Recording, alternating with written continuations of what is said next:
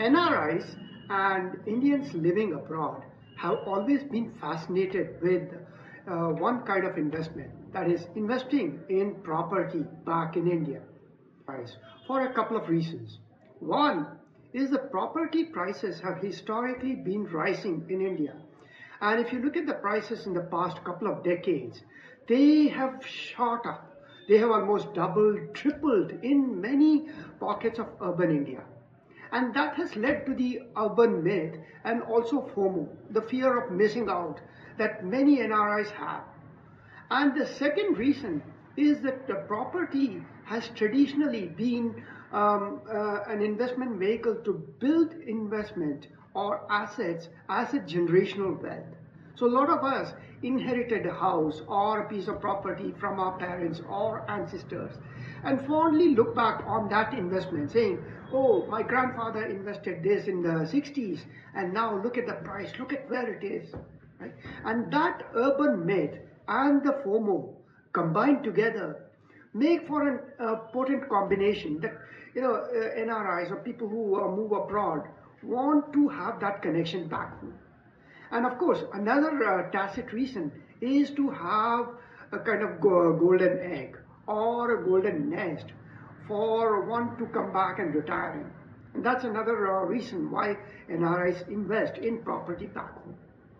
Now, all this is good because the property prices are rising. It is an interesting vehicle to invest. But what I want to highlight here is the cautionary trail of investing in property. Do not invest in property without due diligence. That goes without saying. So let me emphasize 4 or 5 key points, right? Now, do not buy a property if you do not have local support. As in, a person who can advise you on the property values and property title. And secondly, the legal aspects of the property, because property titles are pretty complex in India. You don't have a single title agency like say in America or in the West. And the records are very spotty. Some of them manual maintained, some are getting automated in larger cities like Bangalore. But this area is rife with corruption, revenue records, land records. That area is totally corrupt. Like I've shared my experience from the past about a piece of land that my dad had purchased and how he had to struggle to get the revenue records, the title updated in the government records. Now, the third risk is be prepared for property disputes and title disputes. Even if you go through all the due diligence, you are bound to have property disputes. Be prepared and have the legal support, legal wherewithal to fight for your rights.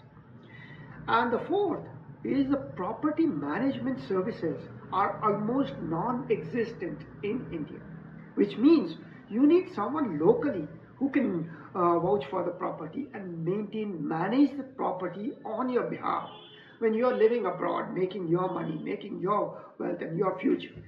If you are not going to be here out of sight, out of mind, the property is going to get disputed, maybe get encroached, maybe have legal titles that you're not aware of, and eventually when you are ready to utilize it, you realize it's no longer your property. Be careful, be wary, right? So those are few cautionary things I want to highlight to you.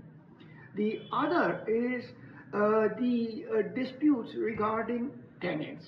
A lot of NRIs invest in the property for one reason. They want to have a golden egg or to invest for their parents. Absolutely makes sense. Invest in a piece of property, have your parents stay there in their sunset years. And that serves dual purposes. One is the parents are taking care of the property and they have a roof over their head. Now, some NRIs want to stretch, buy maybe 1, 2 more pieces of property and see if they can get into a rental business, become a landlord. An absentee landlord is one of the most riskiest forms of investment in India. Investing in a piece of land, renting it out is fraught with risk. A lot of NRIs, first-time investors, burn their fingers and then decide to board up their property. So there are a lot of properties, a lot of flats, sites, and even houses that are boarded up, locked up, because the NRI investor has decided renting to a tenant is just not worth it. At least not worth it doing remotely without any local support or local person to manage it for you. Now, let me show an example of a property dispute that a close friend of mine went through. He invested in a parcel of land, 2,400 square feet land in Jakkur, North Bangalore. That area had developed tremendously. And while it was being developed, what happened is a lot of these builders came together, approached local farmers, local landlords, and took over parcels of land. So the enclave that he bought in was a 20-acre parcel of land that the builders had bought from several farmers. Because keep in mind, landholding in India is pretty fragmented. Even the farmers, each of them had only maybe half an acre, maybe 2 acres. So about 20, 30 farmers came together and pooled in their land, and the builder bought it. All good. The builder started, building layouts, put roads, added facilities and everything, and took a few years. And by the time that happened and they sold the property, a friend had bought it, the land had, the price had skyrocketed. It had gone up 3 times. Now some of the farmers and their kids, their descendants, by then, a few farmers had died, their kids had taken over the titles. They got greedy. They said, oh, the value is now 3 times, and my dad sold it at so and so price. And they began threatening the new buyers of that layout and said, we can easily file a writ in the High Court and say, claim title, because we have title to it. This is an ancestral property. We were not consulted when our parents or our uncles sold this property. And so we still have a right to it. And all it takes is to file that writ, and it languishes in court, because the court then gives a stay order till the property dispute is resolved. And that can go on for years. So my friend was in a soup. He decided, I need to get out of this. So he was able to find a buyer who was willing to take on that risk, took a 20% discount on the market value, and liquidated his property. So if you are in that situation, be wary. As I say, the caveat emptor, buyer beware. Be aware of the titles. Be aware of title disputes. There's so many cases of NRIs and their families investing in land, going through property disputes, title disputes. And they don't really talk about it because you don't have a voice.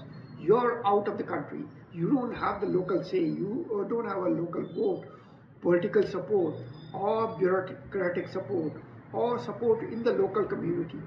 You're just an investor. So as an investor, you need to safeguard your investment. And unless you have that strong support and a strong gut and a willingness to fight it out, be careful about investing in property in India. And that's the